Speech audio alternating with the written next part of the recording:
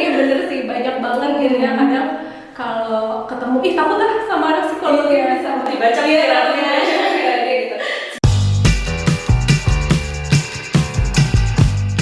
Sekarang kamu lagi nonton konten YouTube-nya Schoolfest di #sketsajurusan from Schoolfest to a good major. Nah, di situ kita bakal bahas banyak banget nih tentang jurusan-jurusan biar kamu lebih ngerti nanti kalau kuliah kayak gimana. Tapi kita di sini bakal bahas satu jurusan aja dulu yang katanya peminatnya banyak, mau di SNMPTN ataupun mau di jalur-jalur seleksi masuk kampus yang lainnya deh. Dan jurusan itu tuh jurusan psikologi. Di sini aku nggak sendiri, aku di sini ditemenin sama kakak cantik nih yang katanya lulusan jurusan psikologi yang bakal ngasih kamu informasi tentang jurusan psikologi ini. Kita kenalin dulu ya nih, kakaknya namanya siapa? Halo, aku Ratu. Ratu. Aku panggilnya Kak Ratu aja ya. Boleh, Ratu juga boleh. Kak Ratu ya. Nih Kak Ratu ini katanya lulusan jurusan psikologi. Dulunya kuliah di mana? Aku waktu S1 dulu kuliah di Unisba, terus S2-nya di Unpad. Oh, keren ya, udah S2.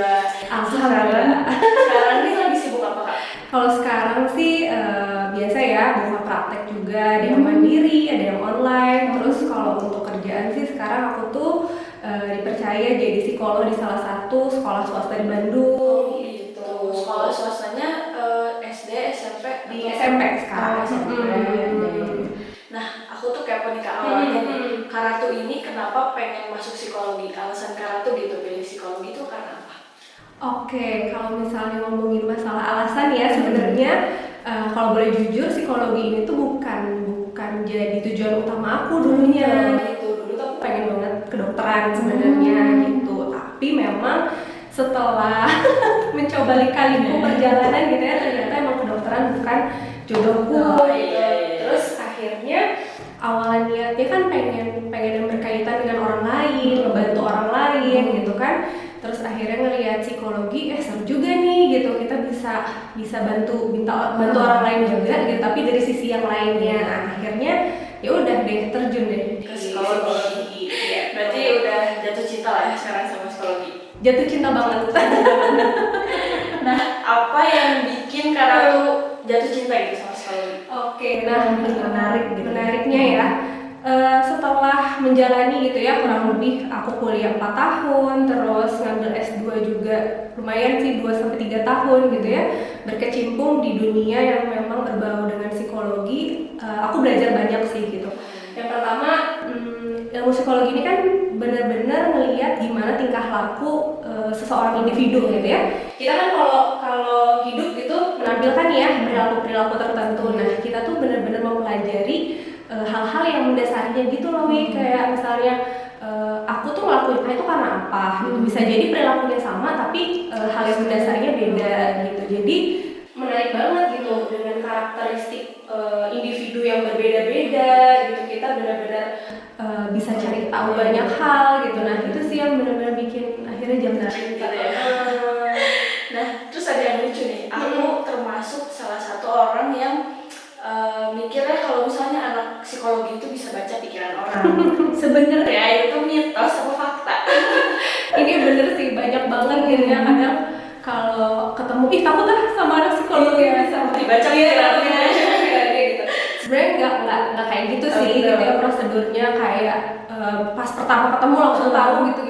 Dia nggak kayak gitu gitu. Jadi ya memang butuh proses gitu, dalam prosesnya gitu butuh ngobrol lebih banyak gitu. Banyaklah hal-hal atau langkah-langkah yang perlu kita lakuin untuk bisa tahu nih karakteristik atau kepribadian seseorang tuh seperti apa gitu. Contohnya tuh bisa ngasih contoh nggak? Kayak misalnya karena tuh ngeliat aku nih sekarang aku perilaku aku kayak gimana, karena tuh jadi tahu itu contohnya kayak gimana?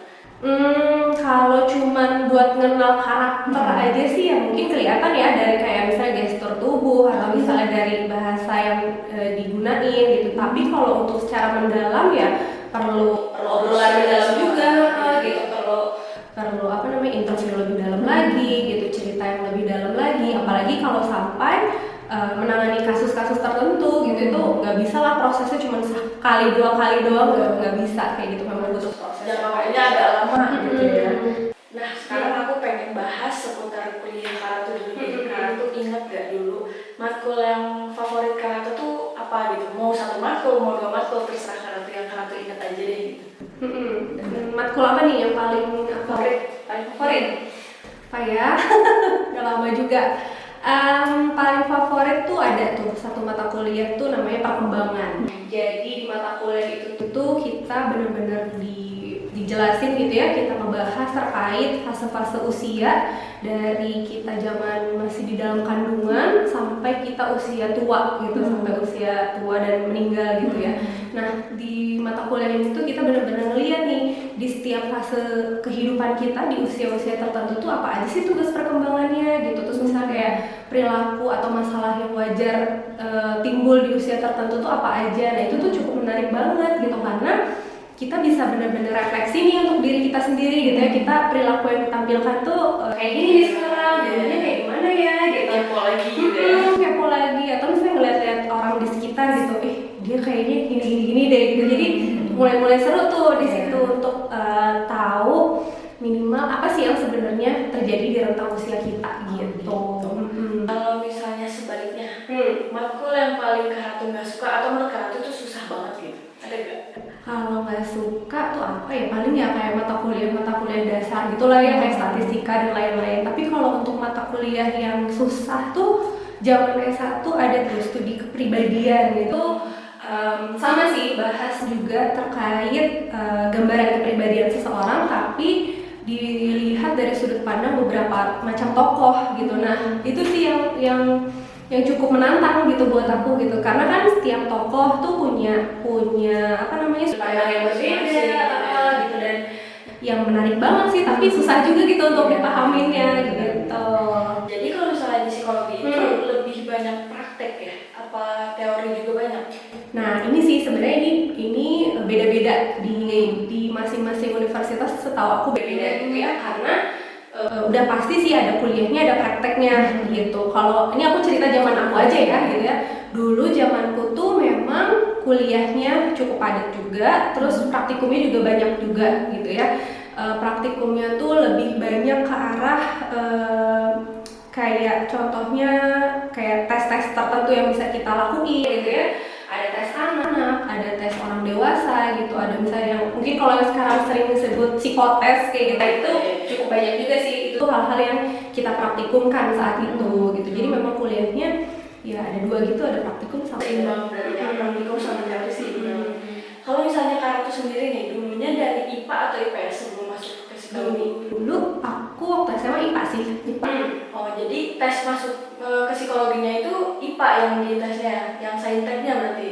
Nah ini tuh tergantung lagi ya sih, kayaknya tergantung universitasnya. Tapi kebetulan kalau aku dulu emang IPA sih, jadi memang setauku ada juga yang universitas memang menerimanya basicnya dari IPS tuh ada juga gitu. Jadi mayoritasnya lebih ke Kayaknya lebih ke IPA sih. Nah terus aku kadang bingung juga nih sama ada beberapa istilah psikologi sama psikiater, itu tuh bedanya apa kan sebenarnya?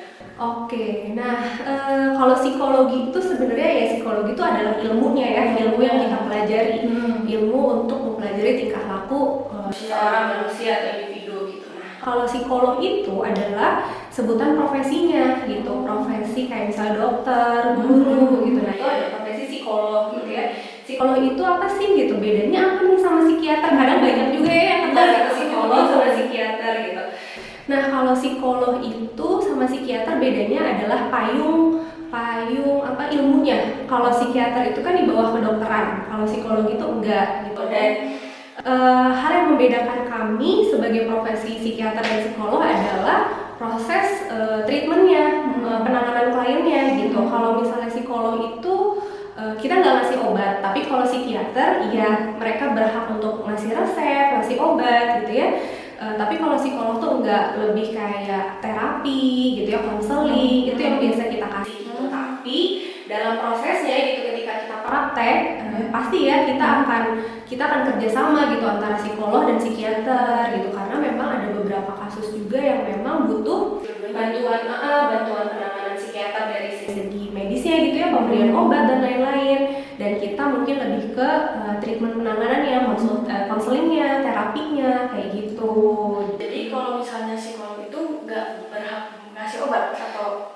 Ya betul, nggak berhak. Jadi kalau yang dapat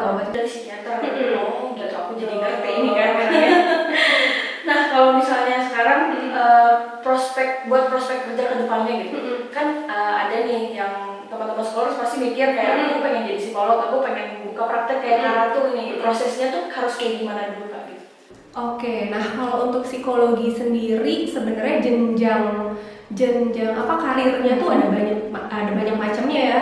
Ada yang memang majoringnya tuh banyak, ada industri, ada klinis, ada pendidikan, ada sosial gitu, dan ada beberapa lagi tapi yang cukup banyak peminatnya gitu ya. Nah, jadi kalau untuk jadi seorang psikolog gitu, kalau untuk kita pengen buka praktek itu memang wajib S2 gitu. Jadi kalau S1 tuh ya cuman sarjana psikologi aja gitu. Nah, kalau sarjana psikologi itu nanti karirnya kayak gimana sih gitu ya. Mungkin nanti scholars juga ada yang bertanya-tanya gitu ya, tertarik nih sama dunia psikologi tapi sampai S1 aja jenjang karirnya gimana gitu. Nah, kalau S1 tuh memang lebih banyak akhirnya yang bekerja di perusahaan. Kayak misalnya contohnya jadi di HRD kayak gitu. Itu tuh ranahnya S1 gitu ya, kayak misalnya rekrutmen atau misalnya jadi training gitu ya di suatu perusahaan tertentu. Nah, tapi kalau emang scholars nih pengen jadi profesinya gitu, jadi psikolognya gitu ya. Nah, setelah S1 itu memang harus melanjutin S2. Nah, S2-nya pun tergantung peminatannya mau apa gitu ya, mau ngambil klinis kah, pendidikan atau misalnya industri gitu. Itu perlu pendidikan lagi untuk ngambil kuliah S2, magister profesi ya. Kuliahnya itu jadi ada 2 gelar yang nanti kita dapetin, MPsy dan psikolog gitu. Jadi teman-teman scholars jangan bingung lagi ya, karena tuh udah ngasih info nih buat teman-teman scholars. Nah, sekarang aku pengen minta tips and trick dari Karatu nih buat teman-teman scholars yang pengen masuk jurusan psikologi. Harus mempersiapkan apa aja sih gitu Kak? Oke, kalau untuk persiapan nih ya, pasti yang pertama adalah yakinin dulu nih diri kita gitu ya. Bener-bener gak nih mau milih psikologi gitu kan? Bener-bener apa cuman pengen ngikutin orang aja atau emang kita cinta dan suka gitu untuk tertarik sama hal itu. Dan yang kedua adalah balik lagi refleksiin diri kita, siap nggak kita untuk berhadapan dengan orang gitu, dengan orang banyak gitu ya, gimana kemampuan komunikasi kita misalnya gitu ya, atau kita tuh nyaman nggak sih untuk bertemu dengan banyak orang kayak gitu. Nah, karena nantinya gitu ya, ketika memang kita sudah terjun ya mau nggak mau ya, urusan yang kita beresin tiap hari adalah tentang manusia lagi gitu ya, macem lagi gitu manusianya. Kalau emang kita punya keterbatasan itu ya apa nih, masih bisa dibangun atau enggak nih gitu ya, atau memang itu bukan jadi pilihan yang tepat gitu ya.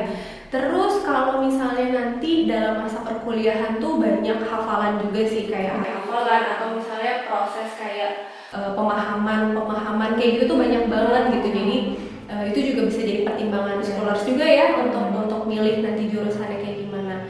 Atau masih ada yang bingung nih, galau gitu antara 2 pilihan gitu ya, atau misalnya bener nggak ya ini jadi pilihan aku. Nah, teman-teman juga bisa tuh untuk kayak psikotes dulu misalnya untuk lebih meyakinkan, bisa tes minat bakat misalnya gitu ya, supaya kita benar-benar ajak gitu, oh ternyata potensi aku mumpuni kok di sini gitu, dan hal itu kan memperkuat diri kita ya.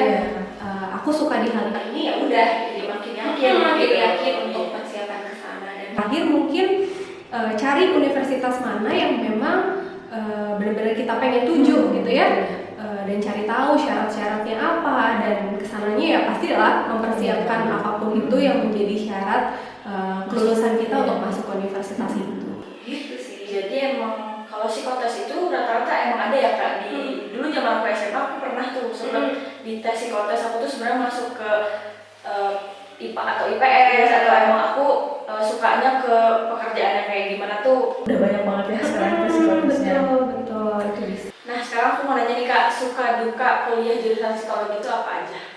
Oke, kalau sukanya sebenarnya selama berkuliah psikologi ini kan cukup panjang juga ya prosesnya gitu. 4 tahun S1, terus 2 tahun aku ngambil di S2 gitu. Jadi kalau sukanya tuh karena aku ngerasa banyak perubahan yang terjadi di dalam diri aku gitu ya. Kalau bisa dibilang ya aku yang sekarang tuh bukan aku yang dulu misalnya kayak gitu, karena selain aku mempelajari ilmu psikologinya gitu ya, banyak hal juga yang aku refleksikan ke dalam diri aku. Jadi kalau misalnya ngobrolin tentang suka, banyak banget gitu ya, karena aku bisa mendapatkan hal-hal yang nggak terduga gitu untuk aku berproses berubah gitu ya. dari yang A jadi ke B gitu. Terus aku juga banyak lebih paham diri sendiri gitu, atau misalnya lebih paham sama lingkungan sekitar gitu ya. Kalau dulu mungkin dikit-dikit ngerasa kesel, dikit-dikit atau misalnya salah paham gitu, tapi kalau untuk sekarang mungkin lebih banyak apa ya, bertoleransi juga gitu. Jadi sukanya jadi kalau sukanya sih memang banyak hal yang bisa kita terapkan dan langsung gitu ya dalam kehidupan sehari-hari. Nah kalau dukanya ini emang lumayan ya gitu ya. Pastilah nggak cuma di psikologi gitu ya, aku yakin di majoring lain gitu ya, di jurusan lain gitu, ketika berkuliah pasti aja ada kesulitan gitu yang akan kita hadapin gitu ya, mau dari mata kuliahnya atau misalnya dari dosennya atau dari kehidupan pribadi kita gitu ya, mungkin ada masalah keluarga atau ekonomi kayak gitu. Jadi tapi kalau yang paling aku inget sih sebenarnya dukanya tuh susah nyari OP gitu ya.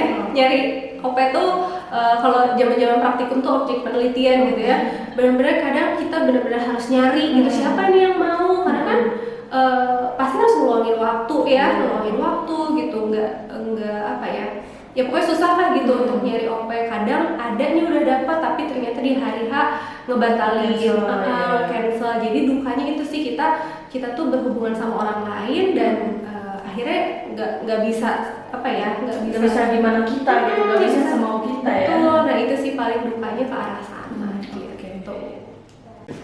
Oh iya, aku juga lupa nih mau bilang ke teman-teman scholars, kalau misalkan Kak Ratu ini ternyata punya satu platform yang berhubungan nih sama psikologi dan kesehatan mental. Boleh banget ya Kak di-share nih. Oke, untuk teman-teman scholars nih yang pengen konsultasi gitu ya, masih penasaran nih sama gambaran dirinya seperti apa, atau tadi mungkin ya Wica ya kayak masih bingung nih sama potensi diri aku tuh di mana gitu ya, mau milih jurusan nanti kuliah tuh apa misalnya gitu, masih galau IPA atau IPS atau misalnya jurusan kuliah gitu. Nah, jadi bisa langsung aja nih untuk kepoin Instagramnya Karna. Nah, nanti di sana itu ada beragam informasi juga untuk teman-teman langsung tahu gitu ya tentang hal-hal apa aja yang bisa teman-teman dapatin dari sana. Ada konsultasi juga gitu, atau misalnya psikotes, itu teman-teman bisa langsung dapat infonya di sana. Jadi selain di Instagram, kita juga ada di Twitter gitu. Tuh buat teman-teman scholars, jangan lupa ya mampir ke platformnya Karna. Nanti Instagram sama Twitternya ditulis ada di deskripsi. Pasti banyak banget kan Kak info menarik sama ilmu-ilmu yang berguna juga buat teman-teman scholars. Nah, terima kasih banyak nih Kak Ratu udah mau sharing tentang ilmu psikologi. Buat teman-teman scholars juga biar lebih yakin pilihan kedepannya. Mudah-mudahan teman-teman scholars gak bingung lagi dan lebih yakin sama pilihan jurusan kedepannya. Dan teman-teman scholars juga boleh banget komen di bawah kira-kira di video selanjutnya mau jurusan apa lagi nih yang kita bahas.